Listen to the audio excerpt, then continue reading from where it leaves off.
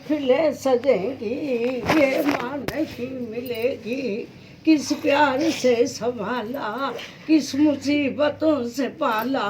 तो माँ तो नहीं खाती न बच्चे को खिलाती है, मुँह काटने वाला माँ देती है।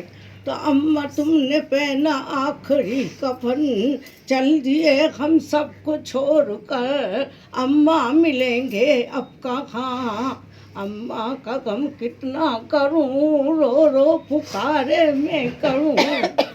तो जब माँ बाप होते थे इज्जत नहीं है, नहीं माँ बाप चले गए तो दिखावा करते हैं। मेरे मरने की खुशियाँ तुम मनाओगे, मेरे मरने की खुशियाँ तुम मनाओगे।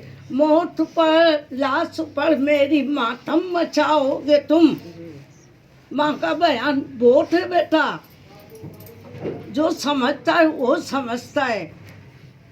तो लिखना मेरे कफन पे रखो जब के कब्र में, लिखना मेरे कफन पे रखो जब के कब्र में। लेटूंगी और कर मैं दुसाला दुरूद का, अंबर दुरूद पाक का रख दो हर घड़ी।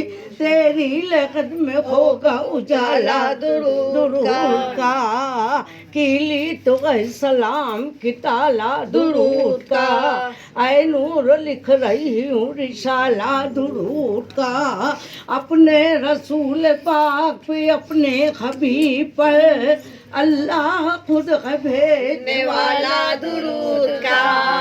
होती है इसके पढ़ने से हर एक दुआ कबूल, अरे जरिया खुदा ने खूब निकाला दुरूद का। तो जरिया निकाला है दुरूद का। तो या अल्लाह ताला ये साहे आलम सा बाबा मेरी झोली को भर दो। जब साहे आलम सा बाबा का चांद देखो तो मरहबा या मुस्तफ़ा, मरहबा या मुस्तफ़ा 11 मरतबा पढ़ लो। तो अल्लाह तबारक व तआला क्यों सरकार दो आलम सल्लल्लाहु ताला अलैहि वसल्लम वहाँ पर आए। कहाँ? साहे आलम सा बाबा। तो साहे आलम सा बाबा की बीमार हो गए तो बच्चों को सबक दिया, 3 दिन सबक दिया।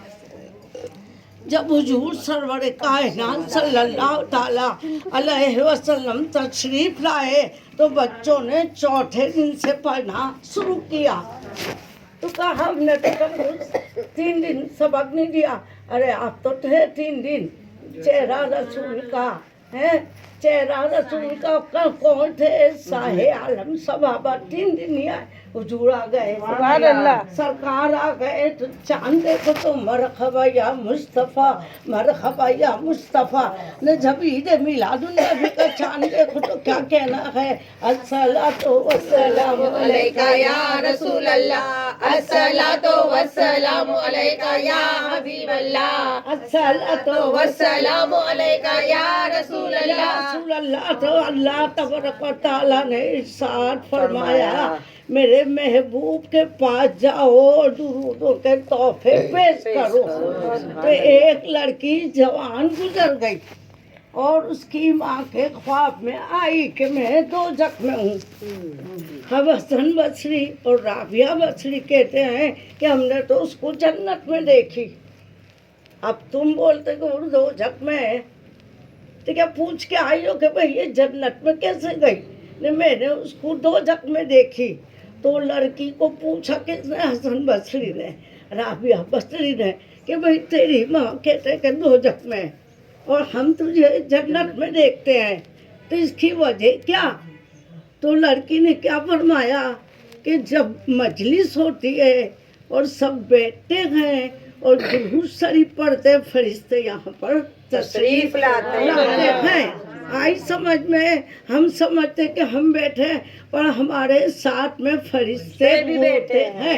17 फरिश्ते हमारे साथ चलते हैं। 17 आते हैं तो 17 फरिश्ते हमारे साथ में चलते हैं। तो जब हम दुरूद शरीफ पढ़ते हैं वो फरिश्ते आके लिखते हैं, फिर वाइज ख़त्म हो जाती है तो अपने अपने घर चले जाते हैं। फिर वो फरिश्ते अल्लाह के पास जाते हैं कि भाई तुम्हारे सरकार की उम्मत ने दुरूद शरीफ पढ़े। तो कहा नबी के पास ले जाओ, बताओ।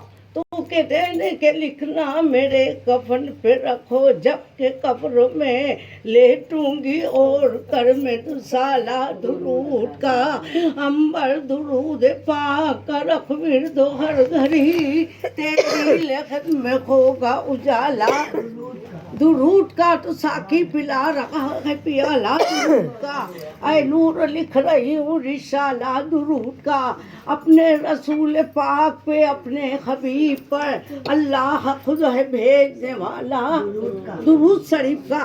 तो फिर अल्लाह तबारक व तआला ने नबी के पास भेज दिए। नबी ने क्या कहा कि कब्रिस्तान जाओ, और जो दुनिया से सफर कर गए हैं वो दुरूद शरीफ उनकी कब्रों पर डाल कर आओ। तो या अल्लाह हमारी कब्र पे भी दुरूदों का तोहफा आ जाए तो हम जन्नत के हकदार हो जाए, क्योंकि अल्लाह हबी रसूल के जन्नत रसूल की, दो जग में कैसे जाएगी उम्मत रसूल की, सारी इबादतों में इबादत नमाज है, मोमिनो ये दीन की दौलत नमाज, पढ़ते नहीं नमाज तो अपना कसूर है, पढ़ते हैं जो नमाज तो चेहरे पे नूर है, रोजा नमाज बंदगी कुछ कर ले हाथ से, अल्लाह तुम्हें बचाएगा दोज़ख की आग से, रोजा नमाज बंदगी